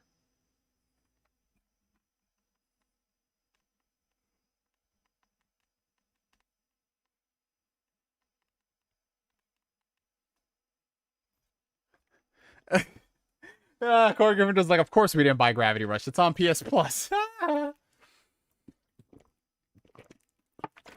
Yeah. I like The Order. I feel like The Order is one of those games where I see the potential of it. I saw the potential of The Order. It just needed more gameplay stuff. Way more gameplay stuff. And if they added in co-op or a multiplayer mode, it could have worked. But, you know, it's one of those things where it's like, if you don't give it a chance and you don't let it have a sequel, it's just like, fuck it. Could you imagine if we never got Mass Effect 2 or Uncharted 2 or any of all these great 2s? Do you think Kingdom Hearts 4 would be better than 3? I believe so. I definitely believe so. It's a new saga, new framework, new direction. Yeah, absolutely be better than 3. Bar them doing something crazy. Did you see the One Piece live action? Yeah, I'm about halfway through it. A little over halfway through. It's pretty solid. Chris, what are your thoughts on trophies and achievements? Rumors are Xbox is going to get a platinum like PlayStation. I mean, they're cool for the people who like collecting them. I think that they've just become part of the norm of gaming. I used to be somebody who, if there were a couple of achievements that were attainable for me, I would go ahead and go for it. Like 50 headshots in a game with this pistol, or complete all these missions on the hard difficulty. But as it stands, I don't really achievement hunt. I don't collect trophies like that. I just play the games. Like, to me, I never felt like achievements and trophies mattered less than when I started PC gaming. Because it's just like, half the time I don't even know when I get an achievement. Because it's just like, you know? It's just, But when you're on Xbox and PlayStation, it's a cool thing. Like when you get a platinum trophy, and then when you get a rare Xbox achievement, it's just like, oh, that's nice, you know? But I think it's about time for Xbox to get like their version of platinum trophies. Like, let's say if you get 1,000 gamer score, you get like a complete on your game that shows that you platinumed it, even if there's more achievements with DLC. But yeah, I don't really like, if you look at my achievements on Xbox, I've only got like 35,000. You know, PlayStation, I only have a couple of platinums, and you know, that's it. Some people, when they play games, they play to completion to get the platinum trophies. And I mean, these days a lot of trophies are pretty easy, but I just don't.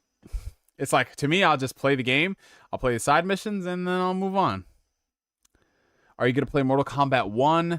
Nah. You guys know I'm not a big fighting game fan. Like, I'll dabble in them every now and then, but it's just, you know, I'm more of an RPG action kind of guy. But it looks really nice, though. It looks good. Street Fighter 6 looked pretty good. The new Tekken game looks awesome. And I'll play them, like, because I always game share with people that buy those games, so I'll play a few matches, and then I'll be like, that's it for me, you know? I haven't touched the full game of Sea of Stars yet. That's next on my list. Once I finish up a couple other things. The Warriors come out and play.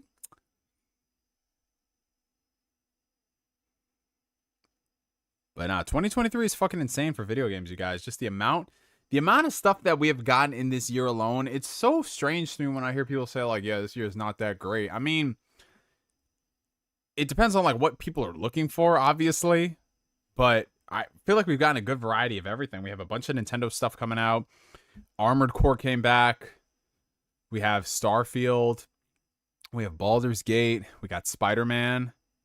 You know, I'm sure that maybe somebody who was high on shrooms and fentanyl and ecstasy and all that stuff, they might have been able to enjoy Redfall for a couple of minutes until it brought them out of their high. There's a lot of stuff.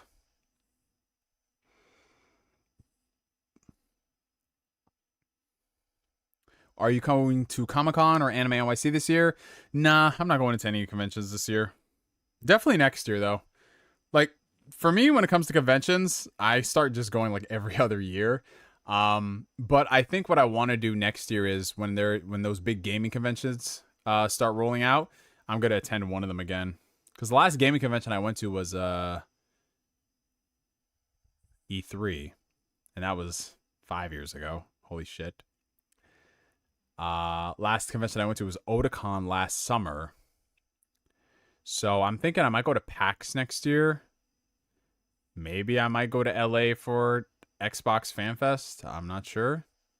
Because I saw like a lot of people who were going out to like just like Gamescom, obviously because Gamescom's in Europe. But you know, I see everyone there and I'm just like, oh man, I need to go to these things again because it's a lot of fun.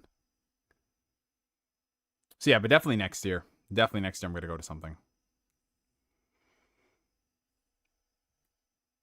It's the even number Kingdom Hearts games that beat the odd numbers. No, that's a fact, bro.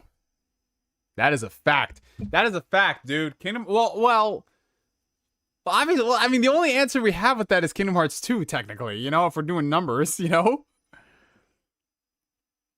But are we going based off like the games as they released? If we assign a numerical number to it, like this is the 7th and this is the 6th Kingdom Hearts game, maybe.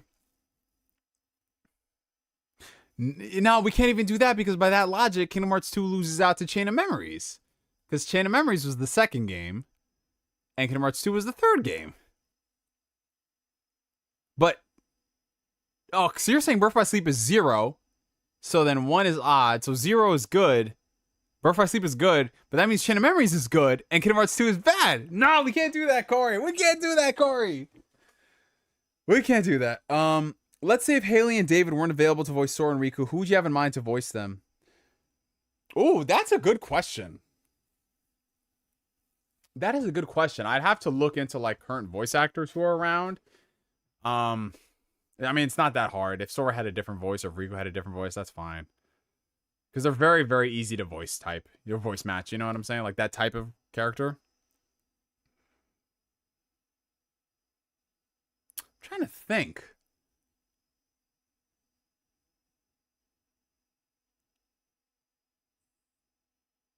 I mean, the first thought I thought, nah. I was thinking Justin Briner at first for Sora. Just because, like, that similar types. You know, not as, like, high-pitched as Deku, but I could see that. I could see Justin Briner as Sora, man. I said Virgil for Sora. I need more power.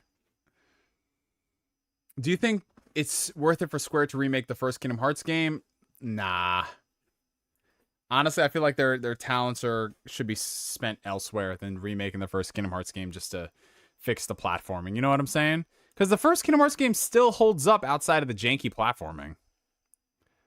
Would you have a veteran voice actor or a Disney alumni? I would go veteran voice actor. I would prefer that for a lot of the cast in general. I don't really need Disney stars to voice these characters anymore, because it was a cool thing back in the 2000s, and every now and then we lucked out and we get great casting like Jesse McCartney as Roxas. But, like, for example, Kairi, if they changed Kairi's voice in Kingdom Hearts 4 again, I would not care, bro. Like, Kairi nominated, they've had their voices swapped. You know, like, I don't, because the writing is not great enough for me to be like, we need to keep that voice. You know what I'm saying?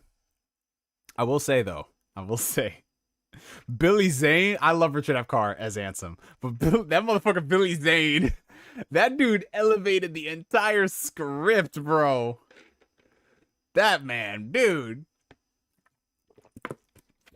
They got fucking Billy Zane to play the villain in Kingdom Hearts, bro. That is just such a wow. They got Leonard Nimoy, God rest his soul. They got Ruger Howe, God rest his soul. Billy Zane would have fucking crushed it, bro.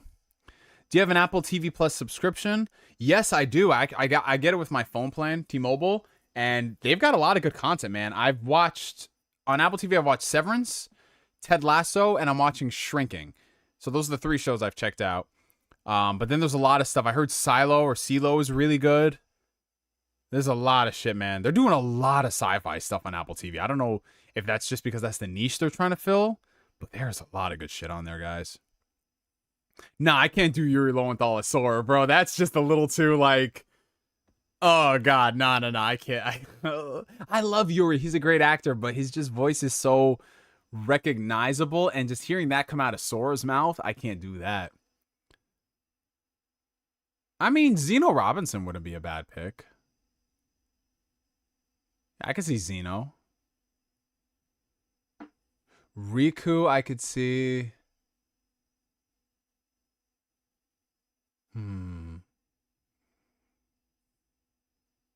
All I'm saying is that Ray Chase needs more lines in these Kingdom Hearts games. I fucking love Ray Chase, bro.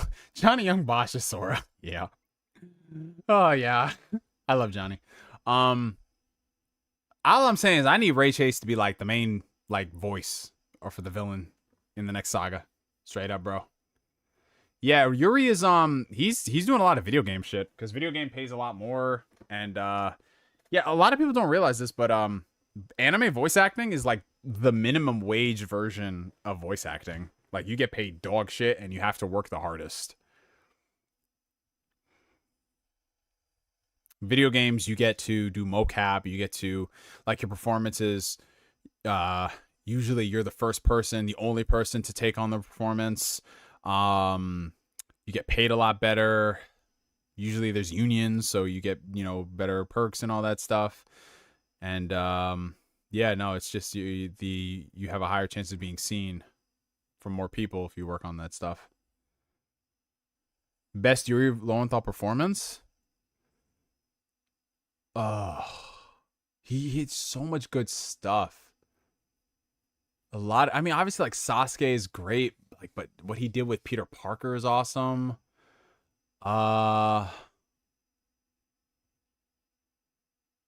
Yuri Lowenthal's done a lot of stuff that isn't like as well known by comparison. Like, people automatically obviously go to like Sasuke and Ben 10. Then he does a lot of like smaller stuff that's really good.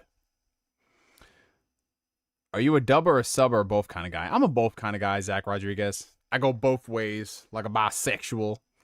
I will say, like, I will prefer, if there's a really good English dub, I'll watch that first over the sub, just because it's my native tongue. But the older I get, the more I appreciate anime as an art form, and I appreciate the Japanese seiyus, and there's just some actors who I really like their performances and their takes. And also, sometimes some anime don't get dubs, or they don't get them fast enough, and I'm watching it, I just get attached to the Japanese version. Like, to me, I watched Demon Slayer dubbed before subbed, and I like the dub cast. But then when you switch it to the sub, it's like, oh, that's nice, bro. So it obviously depends. Like, there's some anime that I love I love both versions. Like Cowboy Bebop, I love the dub and I love the sub. Fullmetal Alchemist, I love the dub and I love the sub. Dragon Ball, I love the dub, I love the sub. One Piece, same thing. But then there's some shows where I was just like, I need to just watch this dubbed. Like Yu Yu Hakusho, I like the Japanese version, but that English version just hits so much harder, bro. It's because it was an early 2000s dub, and, you know, like, they took some liberties with the script, but at the same time, they made it funny and they made it real. Like, these are how actual characters sound. They don't sound like anime people, if that makes sense. I fucking love that Yu Yu Hakusho dub.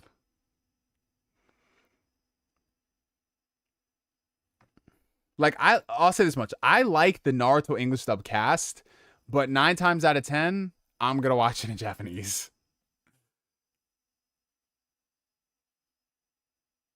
Yeah, the Persona. Yeah, I love the Persona English cast too. Dub Spike is great. Dude, I love Bebop so much. You know what scene from Bebop like is ingrained in my head? The final scene from the movie where, you know, they're playing the song Knock a Little Harder, and then you just see Spike and he's sitting on the couch, and then he sees the little butterfly, and then it says like, "Are you living in the real world?" Oh, that shit is so good. That shit is so good, man. I fucking love Bebop.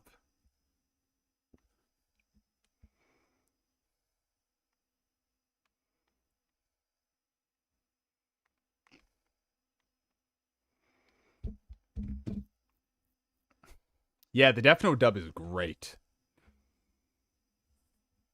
Like I said, when dubs hit, bro, it's just revolutionary. Great stuff. And then when they miss, it's like, ugh. Honestly, I feel like anime dubs peaked in the mid 2000s. I think the mid 2000s is when they peaked. There's still some good stuff now, but I don't know.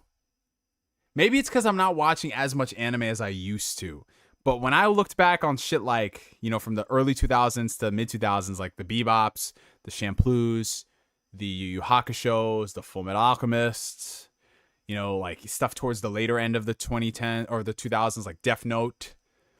I'm sure there's new stuff that hits too. But I don't know, man. Yusuke Urameshi is like the closest we have to like a realistic shonen pro tag, bro.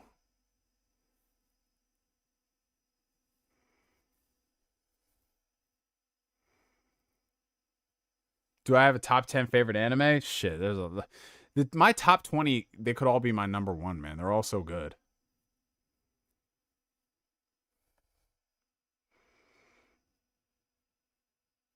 Yeah, the Fullmetal Alchemist Brotherhood dub is amazing.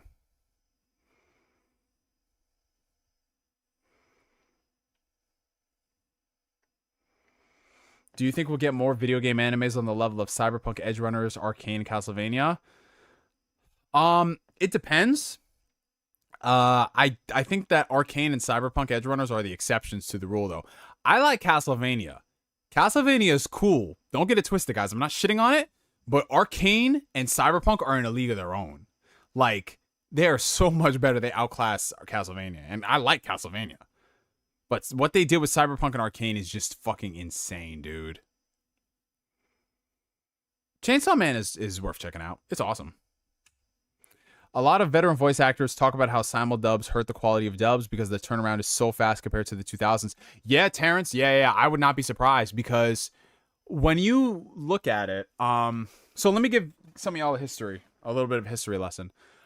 Before the days of high-speed internet being in the palm of our hands, we as anime fans, if you wanted to watch an anime legally, the only way you could do it was by waiting for it to hit TV here in the States or in your respective country, and then waiting for it to hit home media. And usually the turnaround times for some shows were anywhere from like 1 to 2 years.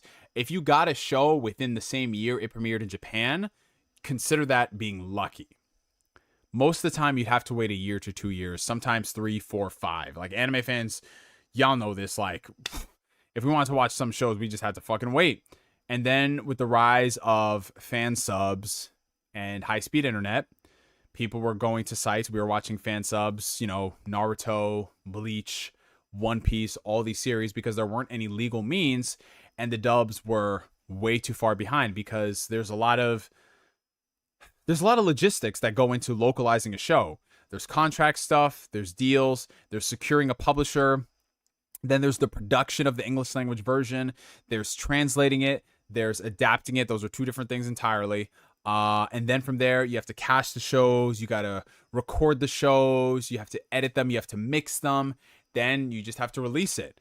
Nowadays, it got to the point where the second it airs on TV in Japan, it's airing here in the States via streaming, whether it's on Crunchyroll, Hulu, you name it. Then it got even crazier a few years ago where they started doing these things called simuldubs, where about a week or two, sometimes a month after it airs in Japan, they would have an English language version produced. So basically, while it's airing, they're producing the English dub. They're casting it, they're scripting it, and they're putting it out there. I think I saw like a simuldub released like 2 weeks after the show started airing in Japan, which is fucking insane. Now, for us as the fans, that's cool. Gabe says, I remember how against anime sites you were because you were like, if y'all want the shows here, buy them. Yeah, of course. Yeah, you got to support it. You got to support the shit you want because this is a niche thing. But nowadays, we are so blessed because not only do we get the show as it airs in Japan, we also get the dub a few weeks later. However, because there is such a short turnaround time, a lot of people feel, and Terrence brought this up, it's kind of become factory because you're working constantly nonstop around the clock that it doesn't feel like you're producing. It doesn't feel like you're working with, I know this is going to sound very pretentious. I know it doesn't sound you're working with art. It sounds like you're working with product and putting it out there, which yes, at the end of the day, that's what all these things are. But nowadays, like back then, the people working on the show would have time to watch the show, get it into their mind, cast accordingly, talk to the actors, and work on it like it's an actual production. Now it's just like, fuck, we have this amount of time to do it, and then if we don't hit this, well, you know what? We're going to get somebody else who can hit this turnaround time. It's so quick to the point where I remember J. Michael Tatum. You guys might be familiar with him.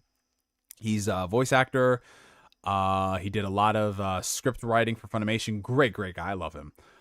But he did a lot of adapting for these shows as they were airing. And it got to the point where he couldn't take vacations. He couldn't take breaks. He couldn't do any of that because you had to be working on these shows during the seasons. And then it comes to a point where you can just get very burnt out when you have all of these fucking shows that are airing and you're not really attached to it that much. Maybe every now and then you'll get a good show that you like. But for some people, that's just too much. And the pay is not that great. Let's be real. A lot of people who are working in the industry are doing it because they love it, not because it's a lucrative endeavor. You can make more money recording audiobooks and, recording commercials for cars or shit like that than you will with anime. That's the thing a lot of people don't tell you. Anime voice actors don't make shit off of the shows. They make all their money off of conventions, off of streaming, off of all that stuff. So I can see how, especially nowadays, like when you have such a quick turnaround time, veteran actors can't really relate to that because it's like, fuck. Dude, back then we really got immersed in our shows and we love these characters, and now it's just product, man. It's crazy, dude.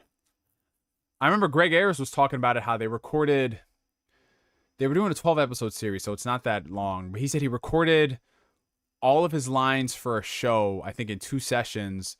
And by the time he came back in, I think for another show a week later, they handed him the finished Blu-ray copy of the show that he had just worked on like 2-3 weeks prior. That's how fast they're getting out some of this stuff. It's crazy, dude. It's crazy.